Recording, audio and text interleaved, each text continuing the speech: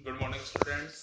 Class 11th आपका chapter मैंने बताया जैसा कि घर की यादें और राइटर है भवानी प्रसाद मिश्र। भवानी प्रसाद मिश्र एक राष्ट्रीय कवि मैथिली शरण गुप्त उनके छोटे भाई हैं। और जिस प्रकार से मैथिली शरण गुप्त ने राष्ट्रीय प्रेम से संबंधित कविताएं लिखी, वैसे ही यहाँ पर भवानी प्रसाद मिश्र ने भी कविताएं लिखी है। यहाँ जो चैप्टर में आपको कविता दी गई है घर की याद, उसी का रूप है। लेखक ने खुद ने बताया कि किस प्रकार से देश की आज़ादी के लिए वो जेलों में गया और वहां पर रहकर वो चाहे दुखी हो लेकिन फिर भी अपने परिवार को सुख का संदेश पहुंचाता है। इसी कविता का सारांश इस प्रकार हो रहा है। इस कविता में घर के मर्म का उद्घाटन किया है। कवि को जेल प्रवास के दौरान घर से विस्थापन की पीड़ा सताती है। कवि की स्मृति संसार में उसके परिजन एक एक कर शामिल होते चले जाते हैं। घर की अवधारणा की सार्थक और मार्मिक याद कविता की केंद्रीय संवेदना है। सावन के बादलों को देखकर कवि को घर की याद आ जाती है। वह घर के सभी सदस्यों को याद करता है। उसे अपने भाइयों और बहनों की याद आती है। उसकी बहन भी भाई मायके में आई होगी। कवि को अपनी अनपढ़ पुत्र के दुख से व्याकुल परंतु स्नेह में मां की याद आती है। वह पत्र नहीं लिख सकती। कवि को अपने पिता की याद आती है जो बुढ़ापे से दूर हैं। वे इस उम्र में भी दौड़ सकते हैं, खिलखिलाकर हंस सकते हैं। मौत या शेर के सामने आने पर वे डरते नहीं। उनकी वाणी में जोश है। आज वे गीता का पाठ करके दंड लगाकर और जब नीचे परिवार के बीच में आए होंगे तो अपने पांचवें बेटे को न पाकर रो पड़े होंगे। मां ने उन्हें समझाया होगा, ऐसा कवि मानता है। कवि सावन से निवेदन करता है कि तुम खूब बरसो परंतु मेरे माता पिता के लिए दुखी होने मत देना। उन्हें मेरा संदेश देना कि मैं जेल में खुश हूँ।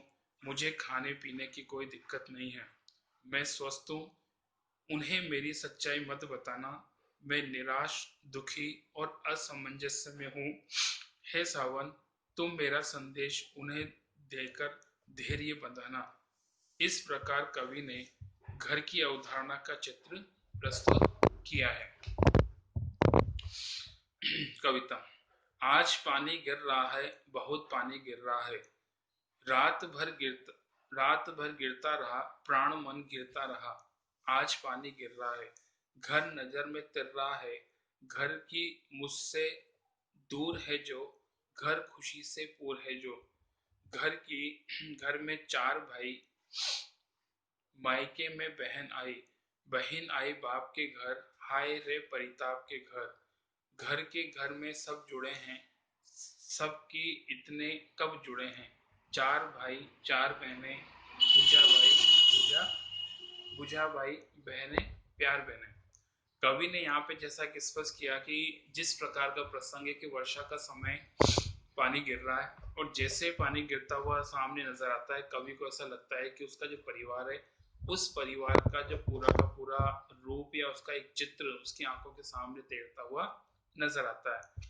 कवि बताता है कि आज बहुत तेज बारिश हो रही है, रात भर वर्षा होती रही।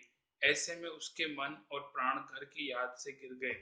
बरसते हुए पानी के बीच रात भर घर कवि की नजरों में घूमता रहा। उसका घर बहुत दूर है परंतु वो खुशियों का भंडार है। उसके घर में चार भाई हैं। बहन मायके में यानी पिता के घर आई है। यहाँ आकर उसे दुख ही मिला। परिताप मतलब दुख, क्योंकि उनका एक भाई जेल में, क्योंकि उनका एक भाई जेल में बंद है। घर में आज सभी एकत्र होंगे। वे सब आपस में जुड़े हुए हैं। उसके चार भाई हैं और चार बहनें हैं। चारों भाई बुझाए हैं और बहनें प्यार हैं। बुझा भाई बुझा के समान कर्मशील और बलिष्ठ हैं और बहनें स्नेह का भंडार है। कुल मिला के यहाँ पे जैसा कि भाइयों का और बहन का प्रेम बताया कि किस प्रकार से वो एक दूसरे से जुड़े हुए हैं।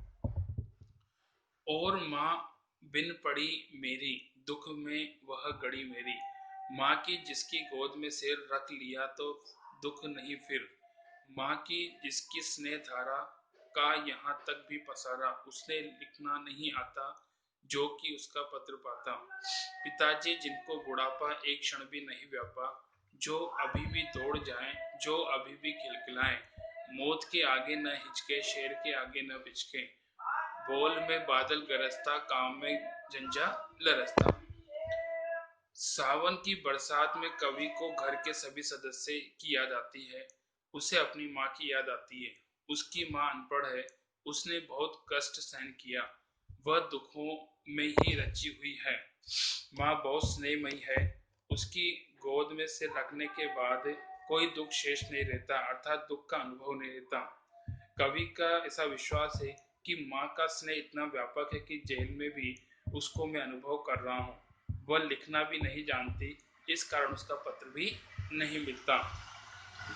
कवि अपने पिताजी के बारे में बताता है कि वे अभी भी चुस्त हैं, बुढ़ापा उन्हें एक क्षण के लिए भी अपने आगोश में नहीं ले पाया। वे आज भी दौड़ सकते हैं और खूब खिलखिलाकर हंसते हैं। वे इतने साहसी हैं कि मौत के सामने भी नहीं चकते और शेर के आगे भी नहीं डरते। उनकी वाणी में ओज है, उसमें बादलों के समान गर्जना है। जब वे काम करते हैं तो तूफान भी शर्मा जाता है, अर्थात उनकी गति उससे भी अधिक तेज है। तो ये आपके यहाँ पे जैसा कि जो प्रसंग बताया किस प्रकार से वो बार बार अपने परिवार के सदस्यों के बारे में कह रहे हैं। बाकी नेक्स्ट